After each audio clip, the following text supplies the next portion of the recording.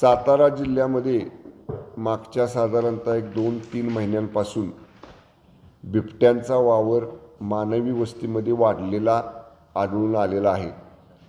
मध्यंतरी मी एकदा या संदर्भामधली जेव्हा माझगाव तालुका पाटण आणि बनपुरी तालुका पाटण या ठिकाणी जेव्हा बिबट्याचा मानवावरती हल्ला झाला तेव्हा या संदर्भातली मी एक बैठक घेऊन त्या अनुषंगाने काही सूचना वन विभागाला दिलेल्या होत्या।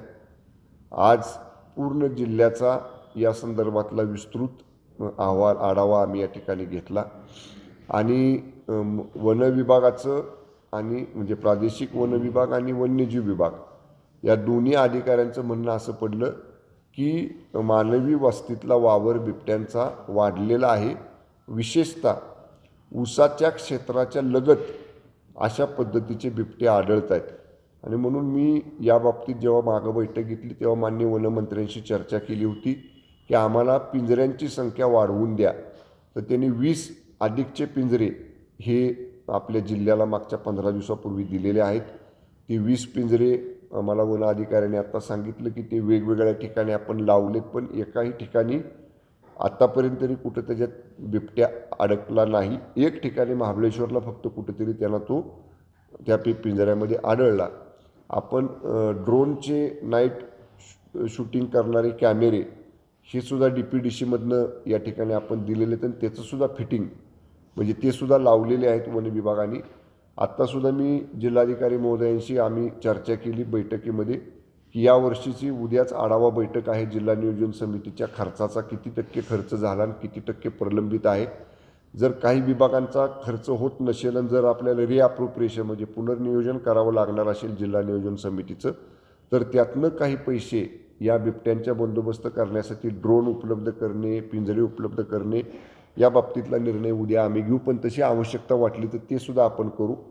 त्याचबरोबर आज एक महत्त्वाचा निर्णय आम्ही घेतला की लगेच उद्यापासून लोकांच्यात सावधानता लोकांनी काय बाळगली पाहिजे यासाठी त्या संबंधित जी काही गावं आयडेंटिफाय झालेली आहेत अशा गावांच्या लगतच्या गावांमध्ये आमचे तलाठी, ग्रामसेवक, पोलीस पाटील, वन विभागाचे क्षेत्रीय अधिकारी अधिक तिथल्या गावचे सरपंचांना बरोबर घेऊन आम्ही ग्रामसभा घेऊ आणि त्या ग्रामसभेमध्ये काय प्रिकॉशन्स घ्यावी, काय काळजी घ्यावी या बाबतीत सोप्या भाषेमध्ये लोकांच्यामध्ये आम्ही अवेअरनेस हा उद्यापासूनच संपूर्ण जिल्ह्यामध्ये या ठिकाणी सुरू करतो आहे।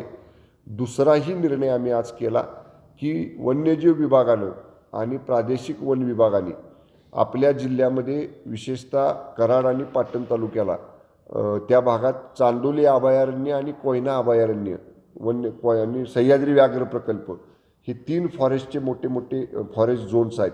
तर त्याच्या लगतची जी गावं आहेत ज्या गावांमध्ये संभाव्य बिबटे वावर करू शकतात तर अशा ठिकाणी त्या गावांच्या लगत मोठी चर काढणं हा जो वन विभागाचा एक कार्यक्रम आहे तर त्याचाही प्रस्ताव वन्यजीव विभागानं आणि प्रादेशिक वन विभागानं तयार करावा आणि त्याच्यासाठी विशेष निधी राज्य सरकारकडून मिळवायचा झाला तर त्यासाठी सुद्धा प्रयत्न करण्याची किंवा त्यासाठीचा प्रस्ताव तयार करण्याच्या सूचना आजच्या बैठकीमध्ये दिलेल्या आहेत। एकूणच जिल्ह्याचा पालकमंत्री म्हणून जिल्ह्यातल्या सर्व नागरिकांची खबरदारी घेणं ही आमची जबाबदारी आहे। त्यामुळे त्याची सर्व उपाययोजना आजच्या बैठकीमध्ये आम्ही केलेल्या आहेत। सगळ्या क्षेत्रीय अधिकाऱ्यांना फील्डवर राहायच्या सूचना दिलेल्या आहेत आणि जेव्हा ग्रामसभेला आमचे अधिकारी जातील तेव्हा जवळ उपलब्ध असणारा वन विभागाचा अधिकारी कोण आहे म्हणजे तातडीने जर एखादा पिंजरा शिफ्ट करावा लागत असेल की जिथं समजा लोकांनी सांगितलं की इथं आम्हाला बिबट्याचा वावर आढळून आला तर अशा ठिकाणी ते पिंजरे शिफ्टिंग करण्याची सुद्धा तात्पुरती आता जे लावले तिकडून तो तिकडं शिफ्ट करण्याची सुद्धा सूचना आजच्या बैठकीमध्ये दिलेल्या आहेत। कुठेही जिल्ह्यातल्या लोकांनी पॅनिक होऊ नये, घाबरून जाऊ नये। प्रशासन आवश्यक ते सगळ्या उपाययोजना बिबट्यांचा वावर कमी करण्यासाठी आम्ही करतोय।